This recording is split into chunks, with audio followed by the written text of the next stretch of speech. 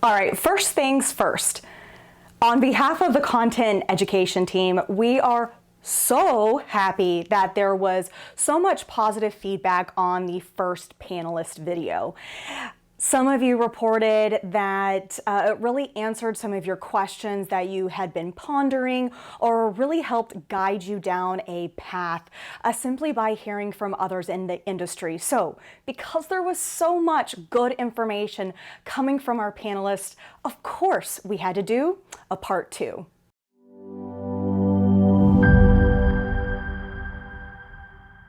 Kelly Walters here, and yes, we are back for episode part two to this print shop panel featuring 4 of our Stahls ambassadors that own shops and decorate for different types of customers. We've got Ty, Shelby, Justin, and of course Brandi, all back to answer more questions. We're starting off with a topic of marketing and what they do to market for new customers and current customers. I always give samples. Like I'm like Costco. You want a treat?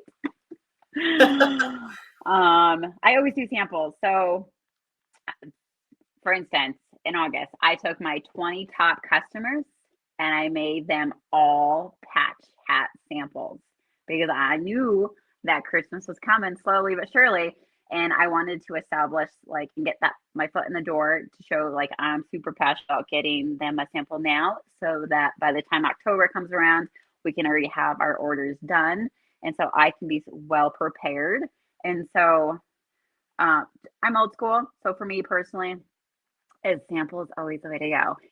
So traditional marketing, no. We started being very active with social media like Facebook, Instagram, and all that stuff about, say, 6 months ago, and it's actually proven to be very fruitful for us. Just posting 2 to 4 times a week on our personal pages has gotten us a lot of big traffic, a lot of new clientele, like some really big accounts. It's been nice, but it's definitely not how I get most of my clients, right? Okay. So yeah, I do some, just not. It's not something I spend a lot of my time doing, but I have a team of people that do it, and it's awesome. So for your team, is their focus in terms of, marketing, whether it's to new or old, current, is their focus really on the social media front, or are they also developing, email marketing campaigns? Are you guys doing text messaging? So mostly it's it's Facebook and Instagram. Okay. I don't do much email or text marketing. I do utilize those to interact with my clients and my friends, like I said. But really it's word of mouth is more of my marketing plan than anything. Brandi cracks me up with, I'm like Costco, want a treat? She definitely loves her samples, and I am so happy to hear that that is continuing to work for her. I think it's also very imperative to take note that Shelby talked about having a process that really works for her in gaining traction of new business on social media. So up next, what's been a game changer in your business? Yeah, I think the hat I'm wearing, honestly, for us, I was nervous about it. 5-panel wasn't a super common style. We saw it a little bit with trucker hats and that kind of thing, but a few companies came out with it and we just went for it. We've got it in 7 colors now. We've got it in a print design. We've got some projects coming in 2024 with some partnerships with it. I really think that the hat I'm wearing is a game changer for us because nobody makes it at the wholesale level. And then also the 360 IQ hat press. You can see one over my shoulder here, but we've got 5 now. I've got one at the house for R&D, and then I've got 4 here at the office. And that way two people can run 2 machines. So become super efficient that way, can bust out, a couple thousand hats a week if we needed to. One of my top game changers would be moving into a brick and mortar. Not only that, but, going into it full time. When I had a day job, I was unavailable during the day because, and scared to make that leap. So the brick and mortar was definitely a game changer, and especially having the heat and the AC, for sure. Equipment wise, I would say I started off with one 360 and got two. That was the best decision ever made. Having two cap presses was a complete game changer. Now, between Justin and Ty, that was two very different situations that gave them the ability to call something a game changer. But if you paid attention, it was very clear that a very similar or same piece of equipment was something that was pivotal in allowing to them to have that moment of, this has been a game-changing experience. Now, a very popular question, or one that is frequently asked amongst those with a growing business, is the topic of employees. How many do you have, and how are they making a better impact on your business?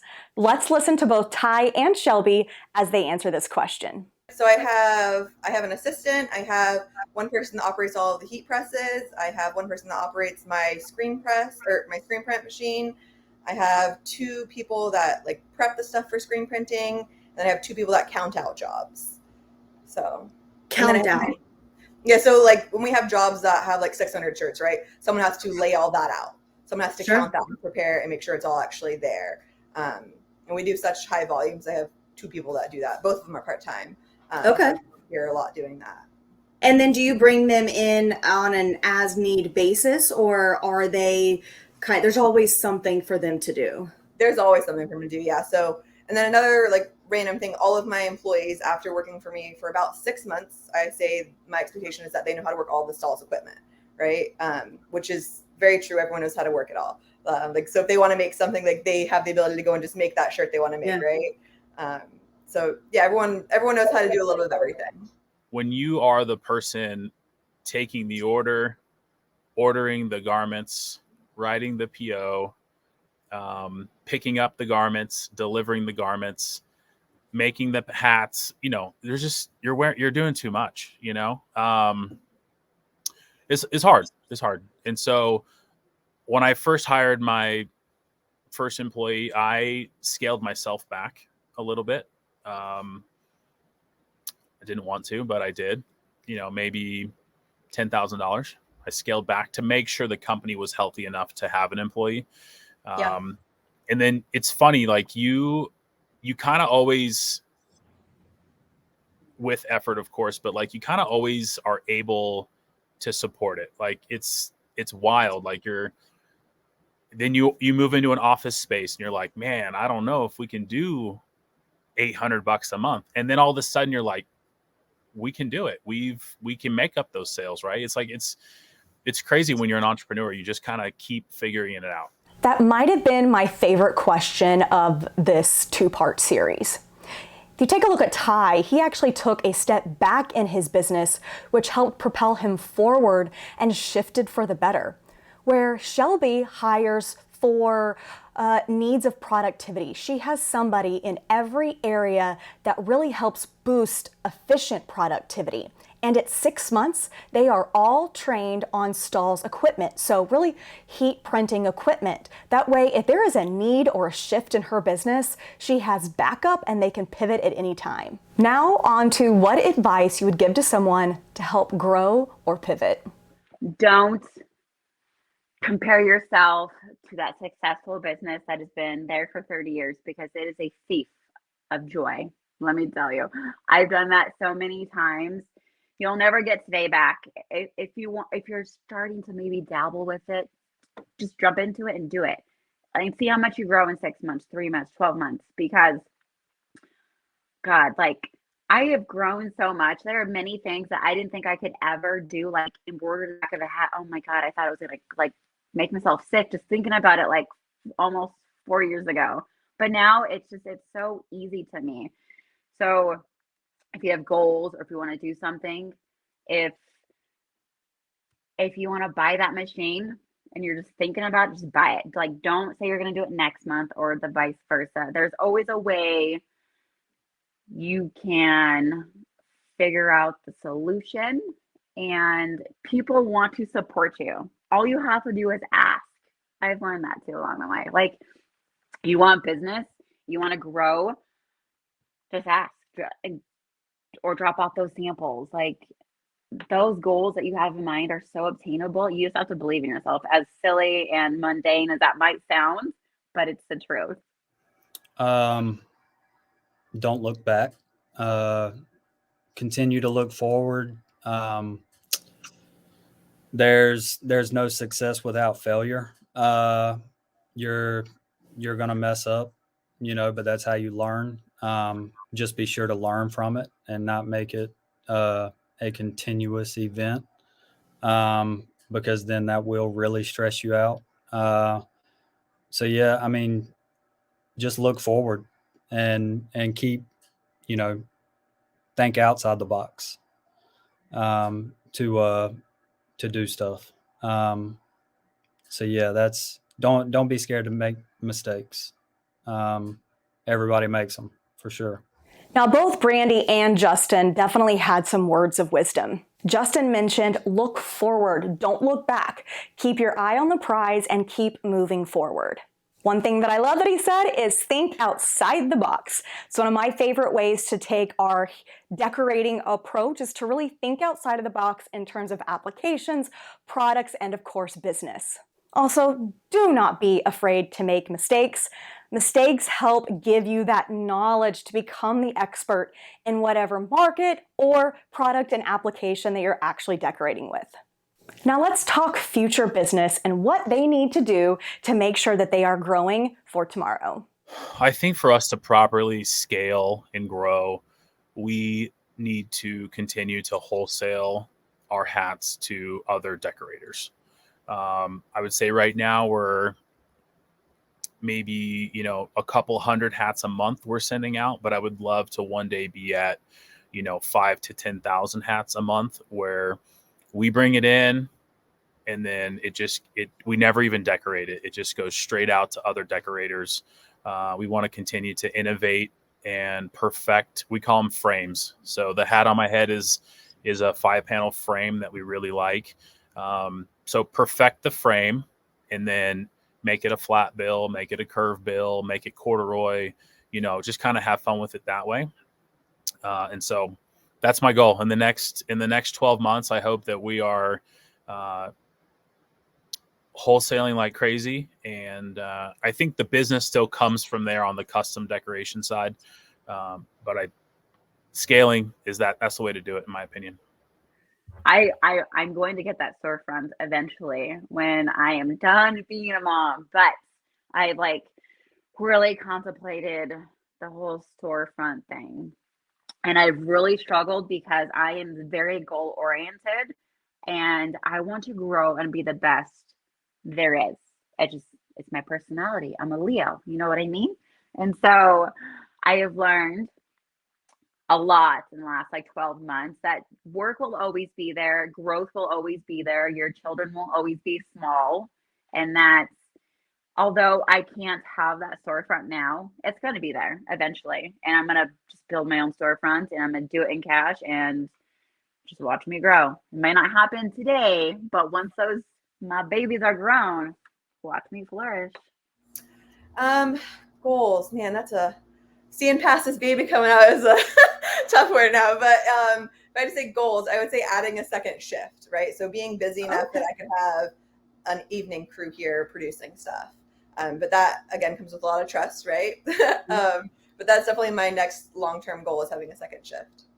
I would really love to have someone in here that can run the shop without me being here. To the point to where I can be in front of the computer screen, communicating with customers or getting an order together, while the only thing they're coming to my door for is, all right, what do I need? What's next? What's next on the agenda? That I don't know. Is that high hopes? So No. that would be my biggest goal. My other goal would be to be able to expand my spirit sale stores a little bit more. I have only been using it now for a little over 2 years, I guess. So trying to utilize it more than I already do, which I utilize it every single day, would be a game changer. And invest in some more equipment. So for a quick recap on what they want for growth by having a storefront, growth by growing a headwear brand, growth by adding a second production team, and growth by investing in somebody that will treat their business as if it is their own.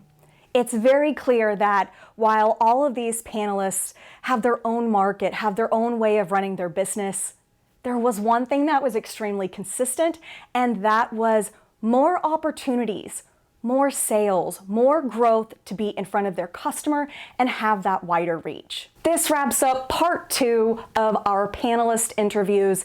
And you know what? You guys had excellent questions and feedback for the part 1. Please tell us what you loved, what you learned, who you are, what your business is, where you're decorating from, and anything else that you would like to see in terms of questions that we can ask our panelists going forward. If you didn't get a chance to watch part 1 of our print shop panel, then definitely go right now and check that video out, as it will have a wonderful transition to part 2. Thanks so much for tuning in. Hope you're having a great first part of the year, and we'll see you next time. Happy decorating!